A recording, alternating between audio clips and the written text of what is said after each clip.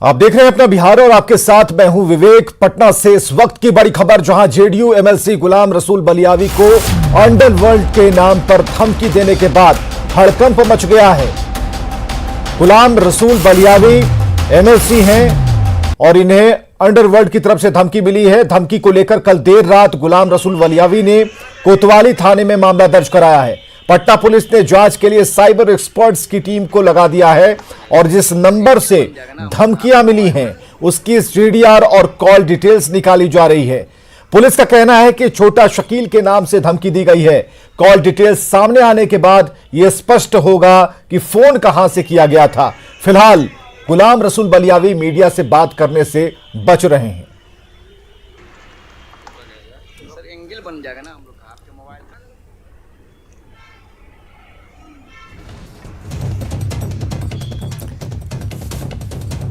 तो पटना से बड़ी खबर हम एक कॉल नहीं आया है, काफी कॉल आया है। उनको धमकी दिया जा रहा है।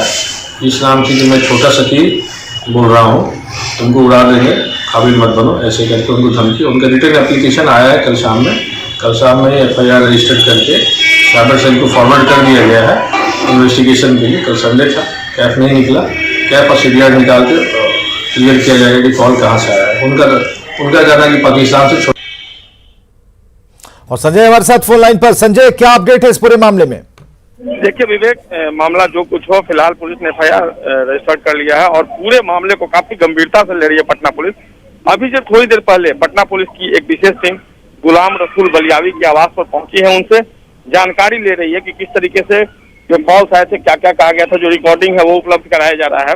लेकिन निश्चित तौर पर पूरे मामले को जिस तरीके से अधिकारी गंभीरता से ले रहे हैं और उनका कहना है कि जो भी शख्स होगा, अगर किसी ने जानबूझकर इस तरीके से कोई अगर शरारत की होगी तो वो भी पकड़ा जाएगा, या फिर वाकई में ये धमकी है तो पुलिस पूरी कोशिश करेगी कि उस तक पहुंचा जा सके। जी चलिए, बहुत बहुत शुक्रिया इन तमाम जानकारियों के लिए। मामला दर्ज कर लिया गया है। पुलिस तहकीकात कर रही है, जांच कर रही है। एक्सपर्ट्स की टीम के साथ पुलिस लगातार है संपर्क में और ऐसे में अब गुलाम रसूल बलियावी कुछ नहीं कह रहे। सब कुछ पुलिस पर छोड़ रखा है कि पुलिस के जांच के बाद जो सच्चाई सामने आएगी या फिर जांच के दौरान जो भी लिंक सामने आएंगे उस पर कार्रवाई होगी। और इधर सीतामढ़ी से बड़ी खबर है, जहां सीतामढ़ी में फायरिंग के दौरान गोली लगी है और बारात के दौरान हर्ष फायरिंग में गोली लगी। सीतामढ़ी में फायरिंग के दौरान गोली लगने की खबर है। कन्हौली थाने में तैनात दारोगा पर आरोप लगा है और इस मामले की जांच में पुलिस जुटी हुई है। नगर थाने के बरियारपुर की घटना है। राकेश हमारे साथ सीतामढ़ी से। राकेश, इस पूरे मामले में अपडेट क्या है? जी विवेक, मैं आपको बता दूं कि इस मामले को मैनेज करने की पूरी कोशिश की जा रही है। लगातार कल देर रात से इस मामले को रफा दफा करने की पुलिस कोशिश में लगी हुई है, क्योंकि इस मामले में जो आरोप लगा है, हॉर्स फायरिंग करने का जो आरोप लगा है, वो खनहौली थाने के एक सब इंस्पेक्टर पर आरोप लगा है। फिलहाल सब इंस्पेक्टर और उसके एक साथी जिस पर आरोप लगा है हॉर्स फायरिंग में, उसको नगर थाना में पुलिस रखकर पूछताछ कर रही है। लेकिन मामले को लेकर अभी तक एफआईआर नहीं दर्ज किया गया है। जो रघुवंश यादव गोली लगने से गंभीर रूप से घायल है, उनको सीतामढ़ी के एक निजी नर्सिंग होम में इलाज के लिए भर्ती कराया गया है। और सबसे हैरान कर देने वाली बात है कि रघुवंश यादव भी इस मामले पर कुछ भी बोलने को तैयार नहीं है। उनसे स्पष्ट उनसे पूछा गया कि भाई किसने गोली चलाया है, तो वो कुछ भी बोल नहीं पा रहे हैं। तो सहज अंदाज लगाया जा सकता है कि मामले को लेकर जो पुलिसकर्मी है, जो जांच कर रही है मामले को लेकर, वो अपने ही साथी को बचाने में लगे हुए हैं। तो कहा जा सकता है कि लगातार इस तरह की घटनाएं हो रही है। इससे पहले भी 15 दिन पहले भी सीतामढ़ी के सोनबरसा थाना में हर्ष फायरिंग हुई थी और उसमें भी गोली लगी थी और एक व्यक्ति की मौत हो गई थी। तो पुलिस इस तरह की घटना को रोक पाने में पूरी तरीके से असफल साबित हो रही है। और बात यहाँ पर सबसे गंभीर यह है कि हर्ष फायरिंग का आरोप सिर्फ पुलिसकर्मियों पर ही लगा है। तो ऐसी परिस्थिति में अब पुलिस क्या करेगी, यह गंभीर सवाल है। जी चलिए, बहुत बहुत शुक्रिया इन तमाम जानकारियों के लिए।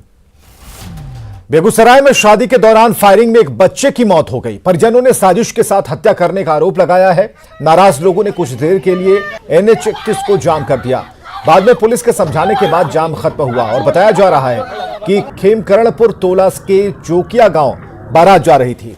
बारात निकलने के समय एक युवक ने फायरिंग की, जो दूल्हे के भतीजे अमृत राज के सिर में जा लगी।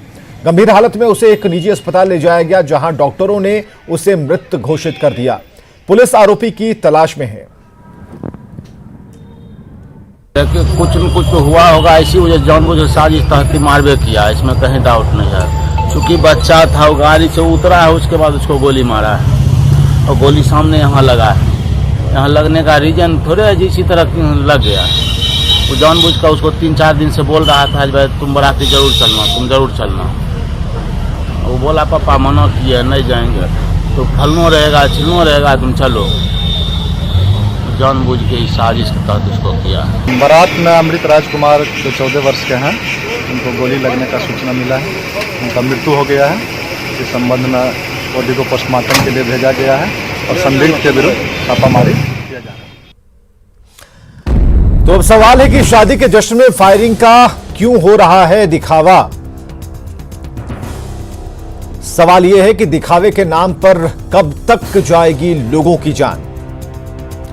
सवाल यह भी है कि पुलिस क्यों नहीं दिखा रही इस कानून पर शक्ति। और बड़ी खबर खगड़िया से, जहां एक युवक की हत्या गोली मारकर की गई है। सुजीत यादव नाम बताया जा रहा है उस युवक का। अलौली थाने के रामपुर गढ़ के पास की घटना है। तो खगड़िया से बड़ी खबर इस वक्त की, गोली मारकर युवक सुजीत यादव की हत्या की गई है। अलौली थाने के रामपुर गढ़ के पास की घटना है। दिग्विजय हमारे साथ फोन लाइन पर। दिग्विजय, अपडेट बताएं। जी विवेक, बता दें कि जिस तरह से अपराधी बेखौफ हो गए हैं, एक के बाद एक घटना को अंजाम दिए जा रहे हैं। जहां कल भी बेलदौर थाना क्षेत्र में घटना हुई थी, आज फिर आज सुबह की ये घटना है। सुजीत यादव है जो किसान खेती का काम करता है। वहां पे बताया जा रहा है कि सुबह जब वो शौच करने के लिए निकला था, अज्ञात अपराधियों के द्वारा खेत में ही सिर में उसकी गोली मार करके हत्या की गई है। जो सुजीत यादव है, उसकी घटना की सूचना मिलने के बाद ही पूरा एरिया में कोहराम मचा हुआ है। हालांकि जिस तरह से बता दें, लगातार अपराधी एक के बाद एक घटना को अंजाम दिए जा रहे हैं, लेकिन जो पुलिस जो है जिस तरह से सुस्ती दिखाई दे रही है, उसके कारण अपराधी बेखौफ हो गए और लगातार घटना को अंजाम दिए जा रहे हैं। इस घटना के बाद से ही पूरे इलाके में कोहराम मची हुई है। हालांकि घटना की सूचना के बाद डीएसपी और पुलिस प्रशासन वहां पर पहुंची हुई है, लेकिन अभी तक घटना का स्पष्ट कारण पता नहीं चल पा रहा है कि मामला क्या था। आखिर किसी बात को लेकर के विवाद था या कोई पुराना रंजिश बताई जा रही है, लेकिन इस तरह की कोई मामला अभी तक सामने नहीं है। पुलिस तफ्तीश की बात बता रही है। चलिए, बहुत बहुत शुक्रिया दिग्विजय इन तमाम जानकारियों के लिए।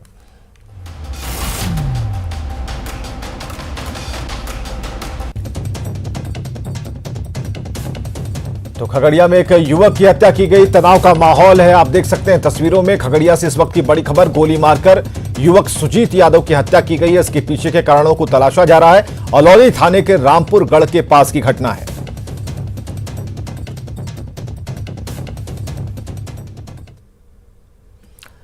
नवादा से खबर है, जहां शारदा माइंस के जंगल से एक महिला का शव मिला है। महिला शादीशुदा थी और रेप के बाद हत्या की आशंका जताई जा रही है। पुलिस ने आरोपी युवक रमजान को गिरफ्तार किया है। बताया जा रहा है कि महिला शारदा माइंस में ढेबरा चुनने का काम करती थी। इसी दौरान आरोपी के संपर्क में आई और दोनों में दोस्ती हुई। हालांकि बाद में उसकी शादी हो गई, जिसके बाद आरोपी ने उसे अगवा कर घटना को अंजाम दिया। हालांकि मामले में अब तक कोई आधिकारिक बयान नहीं आया है। पुलिस ने शव को कब्जे में लेकर पोस्टमार्टम के लिए भेजा है।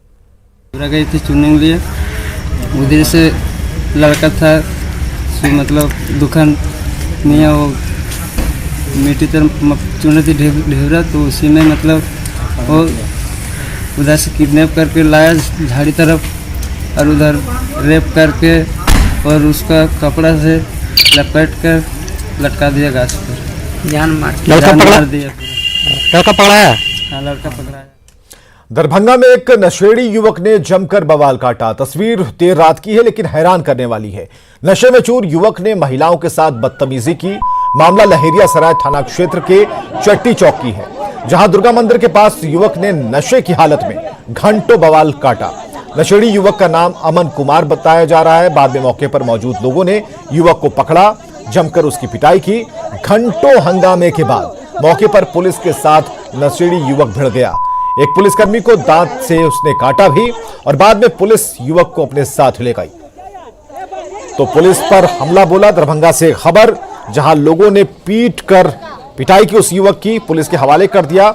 और नशे की हालत में किस तरीके से ये युवक हंगामा करता रहा, देख सकते हैं। कोई भी उसके पास जाने की कोशिश करता तो उसे वो बुरी तरह से जख्मी करता। हालांकि इस दौरान उसने एक व्यक्ति को अपने दांत से काटकर घायल भी किया। लोगों ने पकड़ने की कोशिश की, लेकिन नाकाम रहे। पुलिस को सूचना दी गई और उसके बाद पुलिस आई और उस लड़के को पकड़ा और वहां से अपने साथ ले गई।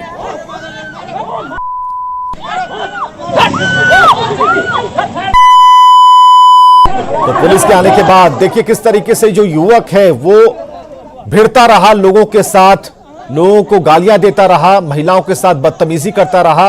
नशे में चूर था ये युवक।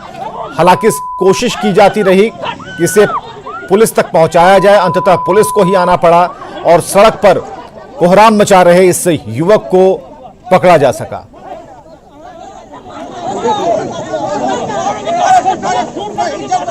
विपिन हमारे साथ फोन लाइन पर। विपिन, क्या हुआ इस युवक का? लोगों ने तो पिटाई कर दी, पुलिस ने क्या एक्शन लिया? अभी युवक पुलिस के गिरफ्त में ही है, उसकी जांच हो रही है जो शराब के नशे में था या न था। और जो युवक के द्वारा हंगामा किया गया था वो हंगामा इतना ज्यादा था कि लोग वहां पे आक्रोशित हैं पुलिस के खिलाफ, क्योंकि लड़का ये तय था कि वो नशे में ही इस तरह से बिहेव कर रहा था। वो विक्षुब्ध नहीं था क्योंकि वो अपने 4 चक्के वाहन से कहीं जा रहा था और वो नशे की हालत में ये सारा घटना को अंजाम दिया है, जिसको लेकर स्थानीय का आरोप है कि पुलिस के द्वारा इस इलाके में शराबबंदी को मजबूती से पालन नहीं कराया जा रहा है, जिसके कारण आए दिन यहाँ पर युवक जो है इस तरह से नशे की हालत में जो है उत्पात मचाते रहते हैं। तो कहीं न कहीं पुलिस पर ही आरोप है इस युवक के हंगामा को लेकर, और पुलिस इस पूरे मामले को लेकर जो है जांच में जुटी हुई है। उसकी जांच कराई जा रही है कि वो नशा में किस नशे में हालत में था या क्या है, इस पूरे मामले की जांच की जा रही है। जी विवेक, चलिए बहुत बहुत शुक्रिया इन तमाम जानकारियों के लिए। सीतामढ़ी में बिना मास्क पहने लोगों के खिलाफ अभियान चल रहा है। जिला प्रशासन के निर्देश पर लापरवाह लोगों पर कार्रवाई की जा रही है और ऐसे लोगों को न सिर्फ उनका चालान काटा जा रहा है बल्कि उनका थाने में ही उनकी कोरोना जांच भी कराई जा रही है। इस व्यवस्था के लिए कई थानों में स्वास्थ्यकर्मी, डॉक्टर्स तैनात किए गए हैं। एक तरफ पुलिसकर्मी ड्यूटी करते हैं, दूसरी तरफ स्वास्थ्यकर्मियों की टीम भी जांच में जुटी रहती है। सीतामढ़ी जिले के यह डुमरा थाना का दृश्य है और आप देख सकते हैं जिला प्रशासन ने जो लोग लापरवाही बरत रहे हैं उसके खिलाफ यहाँ सख्त इंतजाम किया है। थाना में स्वास्थ्य कर्मियों की डिप्यूटेशन की गई है जो लापरवाह लोगों को यहाँ पर उनका कोरोना टेस्ट करा रहे हैं, और इतना ही नहीं, जो लोग मास्क नहीं लगा रहे हैं उनका चालान भी काटा जा रहा है। कोरोना संक्रमण की महामारी दिनों दिन भारी पड़ती जा रही है, लेकिन जो लोग हैं वो पूरी तरीके से लापरवाह बने हुए हैं। आप देख सकते हैं यहाँ पुलिस पदाधिकारी भी बैठे हुए हैं और जो लोग मास्क पहनना नहीं चाहते हैं उनको पुलिसकर्मी रोकते हैं और उनके साथ चालान काटने की प्रक्रिया यहाँ की जा रही है। हमारे साथ है यहाँ पर पुलिस पदाधिकारी, उनसे बात करते हैं। सर, किस तरह की व्यवस्था की जा रही है? व्यवस्था कोरोना संबंधित की गई है और स्वास्थ्य विभाग यहाँ भी अपना काम कर रहे हैं सुचारू रूप से। पुलिसकर्मी भी लगे हुए हैं इस सिलसिले में और किसी तरह की कोताही नहीं बरती जा रही है इस विषय पर। तो लापरवाह लोगों का चालान भी काटा जा रहा है? लापरवाह लोगों का चालान भी काटा जा रहा है, मास्क का और हेलमेट भी। देख सकते हैं आप, यह दृश्य है सीतामढ़ी जिले के डुमरा थाना का, और यहाँ पर एक तरफ ये भी दृश्य है कि देखिए पीपी किट में किस तरीके से जो स्वास्थ्यकर्मी है ये पूरी सुरक्षित वातावरण यहाँ पर बना के रखे हुए हैं और जो लोग आ रहे हैं उनका कोरोना टेस्ट कराया जा रहा है। जो लोग लापरवाह हैं, वाहन चलाने के दौरान न तो हेलमेट का इस्तेमाल कर रहे हैं न ही मास्क का इस्तेमाल कर रहे हैं, तो वैसे लोगों को सबक सिखाने का भी एक तरह से यह जरिया कहा जा सकता है कि जिला प्रशासन लगातार लोगों को आगाह कर रहा है कि आप मास्क पहनिए, सोशल डिस्टेंसिंग का पालन कीजिए, लेकिन ऐसा लोग करने को तैयार नहीं है। और शायद यही वजह है कि अब जिला प्रशासन ने ऐसे लापरवाह लोगों पर कड़ा नियम लागू करना शुरू कर दिया है और ऐसे लोगों को थाना में पकड़ कर लाया जा रहा है, उनका चालान भी काटा जा रहा है और उनका कोरोना का टेस्ट भी कराया जा रहा है। राकेश रंजन, न्यूज 18, सीतामढ़ी। पूर्णिया में कोरोना से बचाव को लेकर लोगों में तनिक भी जागरूकता नहीं है। यहां सरकारी दफ्तरों में, सार्वजनिक जगहों पर और चौक चौराहों तक की तस्वीर अगर हम आपको दिखाएं तो लोग बिना मास्क के आवाजाही कर रहे हैं और ऐसे लोगों को लगातार समझाया जा रहा है, बावजूद इसके लोग सुधरने को तैयार नहीं। सोशल डिस्टेंसिंग बरतने और मास्क लगाने के इस कड़ी हिदायत के दौर में हम खड़े हैं पूर्णिया के रजिस्ट्री ऑफिस पर और आप देख रहे हैं कि जो मजमा है, जो लोग हैं और जिस तरह से आवाजाही है उसमें क्या दिख रहा है। तो ये सरकारी दफ्तरों में अमूमन इसी तरह की स्थितियां हैं और ख़ास करके रजिस्ट्री ऑफिस में तो हर दिन के ये हालात हैं। अब इन हालातों के बीच कितना सोशल डिस्टेंसिंग का पालन हो रहा है और सरकारी मुलाजिम इसके लिए कर क्या रहे हैं, व्यवस्था कर क्या रही है, जरा इस पर बात करते हैं। एक सीनियर सिटीजन हमारे साथ हैं। आप ये जो दृश्य देख रहे हैं क्या कहिए? ये तो निश्चय ही दुखदायी है। सरकार की इतने कड़े निर्देश, बार बार अपील के बावजूद भी हम नागरिकगण इस पर अमल नहीं कर पा रहे हैं। अब ये उम्मीद की जाती है कि आने वाले दिनों में जहाँ जहाँ भी नागरिक जमा हों वो अपनी अपनी जवाबदेही का पालन करें, ताकि ये जो कोरोना संबंधित जो बड़ी बीमारी है उस पर नियंत्रण पाया जा सके और उसके लिए जो डिसिप्लिन बनाया गया है उसको पालन किया जा सके। कैमरामैन मनोज के साथ राजेंद्र पाठक, न्यूज़ 18 पूर्णिया। खबर है दानापुर से, जहां के शाहपुर थाना क्षेत्र के जमशाद मुसहरी में छापेमारी के दौरान काफी मात्रा में कच्ची शराब के साथ 8 धंधेबाज धरे गए हैं। छापेमारी के दौरान 65 लीटर शराब और भारी मात्रा में शराब बनाने का सामान नष्ट किया गया।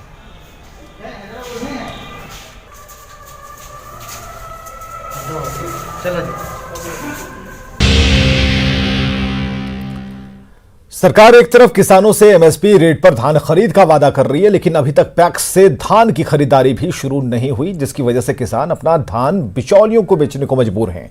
हद तो यहां यह है कि पूर्णिया बेला रिकाबगंज के पैक्स कार्यालय परिसर को कुछ लोगों ने अपना घर बना लिया है, तबेला बना रखा है।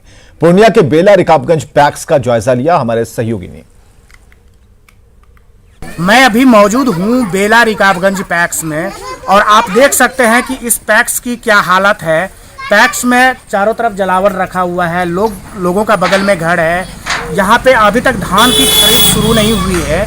जो किसान हैं वो बिचौलियों के हाथों अपना धान बेचने को मजबूर है। क्या हालत है, कैसे धान बेच रहे हैं लोग? अभी हम लोग डायरेक्ट मंडी में धान लेके जाते हैं, हमारे पैक्स में खरीद नहीं हो रही है, जिसके वजह से हमारे जो सरकार के डायरेक्ट मुनाफे हैं वो हमको नहीं मिल पा रही है। बिचौलियों के थ्रू हम लोग बेचते हैं धान। ये हालात देख रहे हैं, पैक्स में धान खरीद अभी शुरू नहीं हुई है, वजह क्या?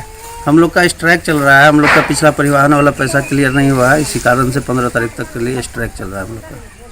तो कब से धान शुरू करेंगे, खरीद शुरू करेंगे? आज मीटिंग रखा गया, आज के बाद क्या डिसीजन होता है उसके बाद किया जाएगा। तो ये रमन कुमार हैं जो पैक्स अध्यक्ष हैं, उनका ये बेटा है और इनका कहना है कि अभी स्ट्राइक चल रहा है। पिछला जो बकाया है वो अब तक इन ट्रांसपोर्ट का पैसा इन लोगों को नहीं मिला है, जिस कारण से 15 तक इन लोगों का स्ट्राइक है और इस वजह से धान की खरीद नहीं हो रही है। हालात ये है कि किसान बिचौलियों के हाथों धान बेचने को मजबूर है। जो एमएसपी का लाभ उन्हें मिलना चाहिए, 1860 और 1888 रुपया क्विंटल एमएसपी है, उस एमएसपी का लाभ किसानों को नहीं मिल पा रहा है।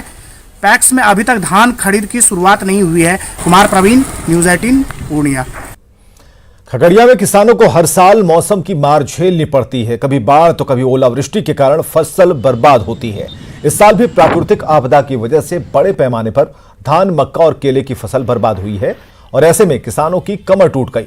अभी तक किसानों को सरकार की तरफ से मुआवजा नहीं मिला है। जिला कृषि पदाधिकारी की माने तो सीओ के स्तर से क्षतिपूर्ति का आकलन कर सरकार को रिपोर्ट भेज दी गई थी। सरकार की ओर से 51 करोड़ की राशि निर्गत की गई है, जिससे जल्द ही किसानों के बीच बांटा जाएगा। सिर्फ आकलन ही कर रहे हैं। अभी जो पत्थर गिरा उसका भी मुआवजा नहीं मिला, बाढ़ वाला मुआवजा नहीं मिला, सुखाड़ का स्थिति बनता है उसका भी कहीं कुछ नहीं। उसकी राशि जो विभाग द्वारा निर्धारित था वो 51 करोड़ 11 लाख था। हमने सभी सीओ से, बीओ से ज्वाइंट इसका रिपोर्ट मंगाया और जिलाधिकारी के स्तर से विभाग को भेज दिया। 2013 में सीएम नीतीश कुमार ने गया के भुसुंडा में स्टेडियम बनाने की घोषणा की, लेकिन 7 साल बाद भी स्टेडियम का निर्माण नहीं हो पाया। दुखद यहां यह है कि इस मैदान पर स्टेडियम तो नहीं बना, लेकिन अतिक्रमण जरूर हो गया। मैदान का जायजा लिया हमारे सहयोगी अरुण चौरसिया ने। इस समय हम लोग हैं गया के मानपुर स्थित भुसुंडा मैदान में। आप देख सकते हैं कि ये मैदान है और यहाँ जो है युवाओं की टीम जो खेलने के लिए या प्रैक्टिस करने के लिए रोजाना यहाँ सैकड़ों की संख्या में आती है। जब सीएम नीतीश कुमार यहाँ 6 लेन पुल का शिलान्यास करने के लिए समारोह में आए थे तो उन्होंने इस मैदान को स्टेडियम के रूप में बनाने की घोषणा की थी, लेकिन इस घोषणा के कई साल बीत चुके हैं, अभी तक इस स्टेडियम को लेकर किसी तरह की कार्रवाई नहीं शुरू हो पाई है। एक बार यहाँ के लिए आवंटन भी आया था लेकिन काम नहीं हो पाया और वे पैसे जो है लौट गए। अभी भी यहाँ के युवाओं को उम्मीद है कि जो सीएम नीतीश कुमार ने घोषणा की थी इस नए कार्यकाल में वो जो है इसको ज़रूर पूरा कराने की कोशिश करेंगे। क्योंकि ये स्टेडियम नहीं बन पाया है तो सरकारी और गैर सरकारी स्तर पर इसमें अतिक्रमण भी हो रहा है। कई बार प्रशासन ने अतिक्रमण हटाने की कोशिश भी की, लेकिन उसके बाद अतिक्रमण पूरी तरह से नहीं हटा और मैदान चूँकि खुला हुआ है और प्रशासन की तरफ से यहाँ कोई निगरानी नहीं है तो इस पर अतिक्रमण भी लगातार हो रहा है।